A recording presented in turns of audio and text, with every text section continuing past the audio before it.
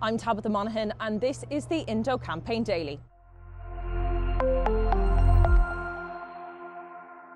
Well, we're a week away from polling day and political parties are continuing to launch their policies and campaign across the country.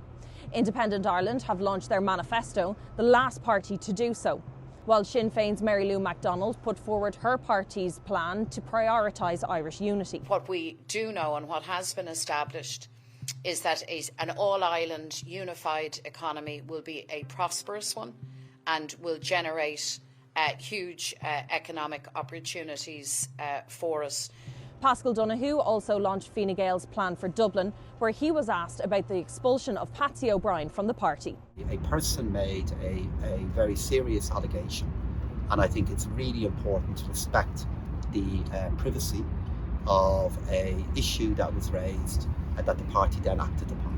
And I want us to be in an environment where people can feel confident that if they raise issues, they will be treated seriously and in a confidential way.